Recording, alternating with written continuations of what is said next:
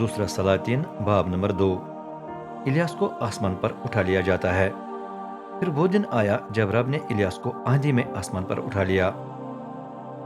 उस दिन इलियास और एलीशा जिलजाल शहर से रवाना होकर सफर कर रहे थे। रास्ते में इलियास एलीशा से कहने लगा, यहीं ठहर जाएं, क्योंकि रब ने मुझे बैत एल भेजा है। लेकिन एलीशा ने इनकार किया, रब और आपके हयात की कसम, मैं आपको नहीं छोड़ूंगा। चुनांचे दोनों चलते चलते बैत एल पहुंच गए। नबियों का जो गिरवा वहां रहता था वो शहर से निकलकर उनसे मिलने आया। एलीशा से मुखातिब होकर उन्होंने पूछा, क्या आपको मालूम है कि आज रब आपके आका को आपके पास से उठा ले जाएगा? एलीशा ने जवाब दिया, जी मुझे पता है। खामोश। दोबारा इलियास अपने साथी से कहने लगा, एलीशा यहीं ठहर जाएं, क्योंकि रब ने मुझे यरीहो भेजा है। एलीशा ने जवाब दिया, रब और आपके हयात की कसम, मैं आपको नहीं छोड़ूंगा। चुनांचे दोनों चलते चलते यरीहो पहुंच गए। नबियों का जो गिरवा वहां रहता था उसने भी एलीशा के पास आकर उससे पूछा, क्या आपको मालूम है कि आज रब आपके पास आका को आपके पास से उठा लिया जाएगा? एलीशा ने जवाब दिया, जी मुझे पता है। खामोश। इलियास तीसरी बार एलीशा से कहने लगा, यहीं ठहर जाएं, क्योंकि रब ने मुझे दरिया यरदुन के पास भेजा है। एलीशा ने जवाब दिया, रब और आपके हयात की कसम, मैं आपको नहीं छोड़ूंगा। चुनांचे दोनों आगे बढ़े। 50 नबी भी उनके साथ चल पड़े। जब इलियास और एलीशा दरिया यरदुन के किनारे पर पहुंचे तो दूसरे उनसे कुछ दूर खड़े हो गए। इलियास ने अपनी चादर उतारकर उसे लपेट लिया और उसके साथ पानी पर मारा। पानी तकसीम हुआ और दोनों आदमी खुशक जमीन पर चलते हुए दरिया में से गुजर गए। दूसरे किनारे पर पहुंचकर इलियास ने एलीशा से कहा, मेरे आपके पास से उठा लिए जाने से पहले मुझे बताएं कि आपके लिए क्या करूं। एलीशा ने जवाब दिया, मुझे आपकी रूह का दुगना हिस्सा मीरास में मिले।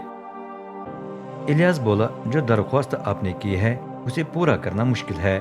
अगर आप मुझे उस वक्त देख सकेंगे जब मुझे आपके पास से उठा लिया जाएगा तो मतलब होगा कि आपकी दरख्वास्त पूरी हो गई है, वरना नहीं। दोनों आपस में बातें करते हुए चल रहे थे कि अचानक एक आछे रथ नजर आया, जिसे आछे घोड़े खींच रहे थे। रथ ने दोनों को अलग कर दिया और इलियास को आंधी में आसमान पर उठा लिया गया। ये देखकर एलीशा चिल्ला उठा, हाय मेरे बाप, इसराइल के रथ और उसके घोड़े। इलियास एलीशा की नजरों से उजल हुआ तो एलीशा ने गम के मारे अपने कपड़ों को फाड़ डाला। इलियास की चादर जमीन पर गिर गई थी। एलीशा उसे उठाकर दरिया यरदुन के पास वापस चला। चादर को पानी पर मारकर वो बोला, रब और इलियास का खुदा कहाँ है? पानी तकसीम हुआ और वो बीच में से गुजर गया। यरीहो से आए नबी अब तक दरिया के मगरिबी किनारे पर खड़ा थे। जब उन्होंने एलीशा को अपने पास आते हुए देखा तो पुकार उठे, इलियास की रूह एलीशा पर ठहरी हुई है। वो उससे मिलने गए और ऊंधे मुंह उसके सामने झुककर बोले, हमारे 50 ताकतवर आदमी खिदमत के लिए हाजिर हैं। अगर इजाजत हो तो हम उन्हें भेज देंगे ताकि वो आपके आका को तलाश करें। हो सकता है रब के रूह ने उसे उठाकर किसी पहाड़ या वादी में रख छोड़ा है। एलीशा ने मना करने की कोशिश की, नहीं उन्हें मत भेजना, लेकिन उन्होंने यहाँ तक इसरार किया कि आखिरकार वो मान गया और कहा, चलो उन्हें भेज दें। उन्होंने 50 आदमियों को भेज दिया जो 3 दिन तक इलियास का खोज लगाते रहे, लेकिन वो कहीं नजर न आया। हिम्मत हार कर वो यरीहो वापस आए जहाँ एलीशा ठहरा हुआ था। उसने कहा, क्या मैंने नहीं कहा था कि न जाएं? एलीशा के मोजज़े।